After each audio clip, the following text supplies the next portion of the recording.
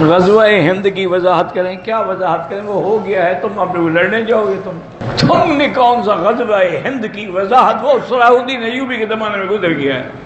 اس وقت مسلمان تھے جنہوں نے جانیں قربان کی اور دین کو پھیلایا، کفر کو توڑا، بتوں کو توڑا۔ محمود غزنوی کو اربوں کی آفر کی گئی کہ ہمارے اس بت کو مت توڑیں، جتنا سونا لے لیں، چاندی لے لیں، جواہر لے لیں۔ انہوں نے کہا میں تاریخ میں یہ نہیں لکھوانا چاہتا کہ بت شکن اپنا بت فروش تھا، بت بیچنے، میں لکھوانا چاہتا ہوں کہ بت شکن تھا۔ انہوں نے کہا توڑ دو اس بت کو۔ توڑا گیا تو اس میں اتنی جائیداد نکلی جس کا تصور بھی نہیں تھا۔ ہر مرض کی شفا کے لیے پانی پر 70 بار فاتحہ قل اللہ احد معوذتین پڑھے۔ ٹھیک ہے، اللہ کا قرآن ہے، کیوں نہ پڑھو؟ پوچھنے کی کیا ضرورت ہے مجھ سے؟ اللہ کا قرآن ہے، اس میں کیا ضرورت ہے کہ پوچھیں کہ ٹھیک ہے یا غلط ہے؟ نعوذ باللہ، جو کہے غلط ہے وہ مسلمان ہے۔ پھر بھائی جو آدمی نماز میں مثلا 3 رکعتیں عشاء کی ہو گئیں، چوتھی رکعت میں شامل ہوا، اب اس کے ذمہ 3 رکعتیں، وہ کھڑے ہو کے 1 رکعت پڑھے گا تاکہ یہ پہلی 2 بن جائیں، پھر تشہد میں بیٹھ جائے گا، پھر کھڑا ہو کے 2 پڑھے گا۔ کہتے ہیں حرم کے اوپر جو پرندے اڑ رہے ہیں یہ ابابیل ہے۔ کوئی ابابیل نہیں، اس وقت آئے تھے واپس چلے گئے، ابھی نہیں ہے، یہ ابابیل نہیں ہے۔ صلی اللہ علی محمد میں پڑھتا ہوں، ٹھیک ہے، کوئی بات نہیں۔ صلی اللہ علی محمد یا رب صلی علی محمد، صلی اللہ علیہ یا محمد، صلی اللہ علیہ یا رسول اللہ، صلی اللہ علیہ وسلم، جو بھی پڑھیں الحمدللہ درود ہے اور نعمت ہے۔ لیکن ایک بات یاد رکھیں، افضل درود وہ ہے جو نماز میں پڑھیں، باقی سب جائز ہے۔ ہم نے زمین خریدی ہے لیکن اس نیت سے کہ جب ضرورت ہوگی تو بیچ دیں گے، اس پہ زکوٰۃ ہے۔ جو زمین آپ خریدیں گھر بنانے کے لیے اس پہ زکوٰۃ نہیں ہے۔ اگر خریدی ہے کہ بھی اس کا ریٹ بڑھے گا ہم بیچ دیں گے، اب زکوٰۃ ہے، اور زکوٰۃ بھی ہر سال کی مارکیٹ ویلیو کر ہوگی، یعنی پچھلے سال قیمت 1 لاکھ تھی تو 1 لاکھ کی، اس سال 1.5 لاکھ کی ہوگی تو 1.5 لاکھ کی زکوٰۃ دیں گے۔ میں نے عبقری صاحب کے رسالے میں پڑھا ہے کہ سورۃ فاتحہ، آیت الکرسی، شہد اللہ، قل اللہ مالک الملک، اللہم انت ربی، پتہ نہیں کیا ہے، بہرحال سب ٹھیک ہے۔ جو بات قرآن ہو یا حدیث ہو پوچھنے کی ضرورت نہیں۔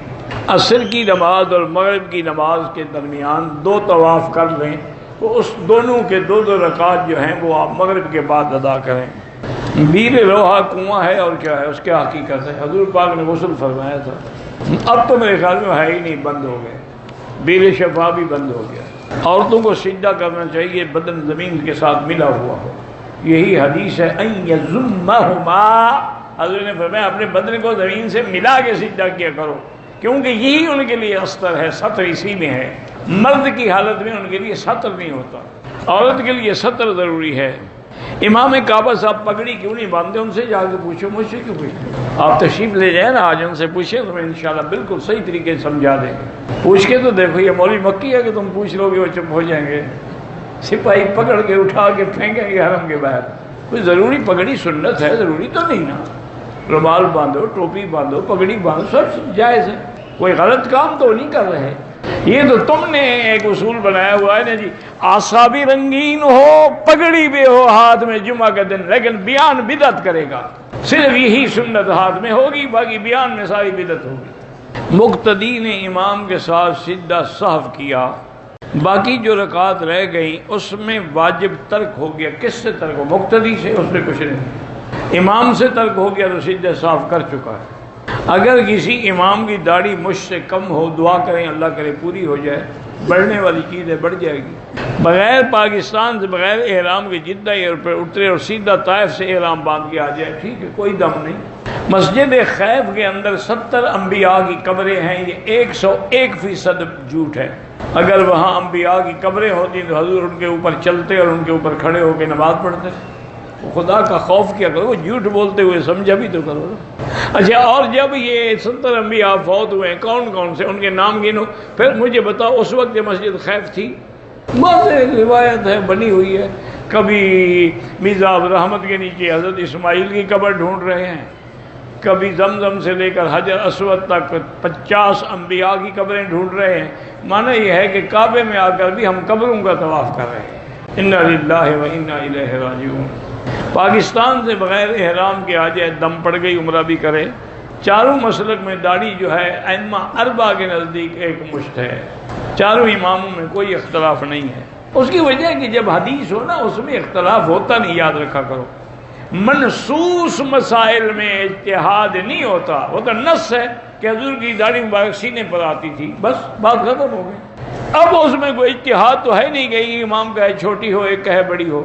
میں نے جدے سے احرام باندھا، لیکن میں نے انڈر ویئر پہنچا ہوا تھا، مکے آگے اتارا، 10-20 ریال خیرات کر دو کہ تم نے سلا ہوا کپڑا باندھا ہے اتنی دیر۔ ماں اپنے بچے تنگ کرتے ہیں، بچوں کو گالی دے، بہرحال تنگ آ کے انسان دیتا ہے لیکن دینی نہیں چاہیے۔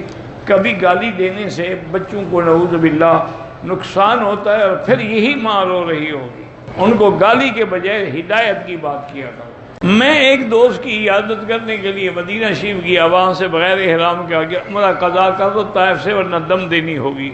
حضور پاک نے مسافر کے لیے قبر مبارک سے ہاتھ نکالا تھا، کسی حدیث میں نہیں، کسی روایت میں نہیں ہے، بعض تاریخی کتابوں میں ہے، اللہ عالم۔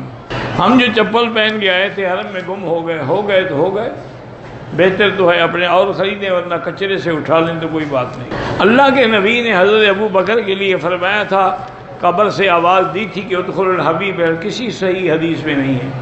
حج کی نیکی کھانا کھلانا اور عمدہ گفتگو ہے، ٹھیک ہے، حج چونکہ حج میں ذکر بھی ہوتا ہے، قربانی بھی ہوتی، ایام اکل و شرب بھی ہوتے۔ نمازی کے آگے نہ گزرا کریں، مجبوری ہو تو سجدے کی جگہ سے دور ہو کے گزر جائیں۔ کہتے ہیں جی کہ میں انڈیا سے آیا ہوں، میرا پیٹ چلتا رہتا ہے، کافی عرصہ ہو گیا، وہ ٹھیک ہونے میں نہیں آتا ہے۔ میرا بھائی اس کا علاج خود حدیث پاک میں ہے۔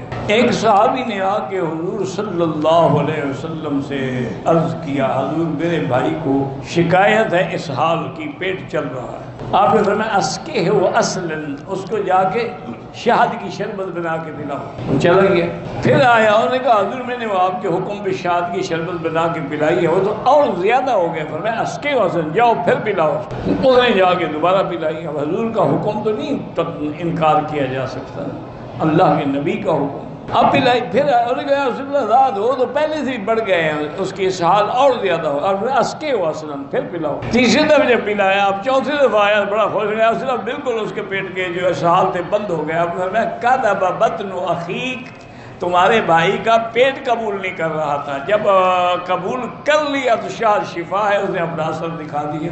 اس سے بڑا علاج کیا ہوگا جو خود حضور پاک نے فرمایا ہو؟ باقی بات ہے یقین کی، یقین کریں گے تو شفا ہوگی، نہیں کریں گے تو نہیں ہوگی۔